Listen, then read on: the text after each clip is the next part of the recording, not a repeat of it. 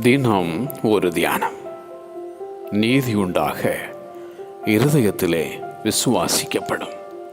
ரட்சிப்புண்டாக வாயினாலே அறிக்கை பண்ணப்படும்.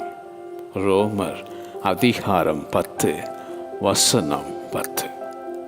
கர்த்தராகிய இயேசுவை நீ உன் வாயினாலே அறிக்கையிட்டு தேவன் அவரை மரித்தோரிலிருந்து எழுப்பினார் என்று உன் இருதயத்திலே விசுவாசித்தால் ரட்சிக்கப்படுவாய்.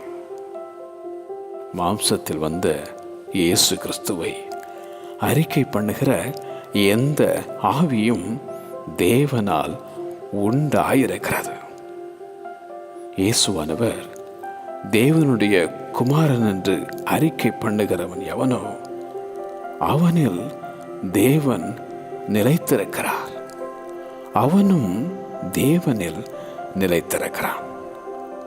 விசுவாசம் இல்லாமல் தேவனுக்கு பிரியமாயிருப்பது கூடாத காரியம்.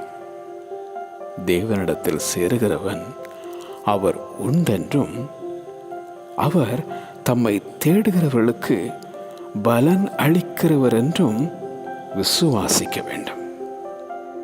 நீதி உண்டாக இருதயத்திலே விசுவாசிக்கப்படும்.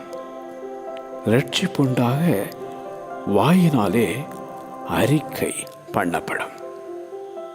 நீதி உண்டாக இருதயத்திலே விசுவாசிக்கப்படும். ரட்சிப்புண்டாக வாயினாலே அறிக்கை பண்ணப்படும். ஆமென்.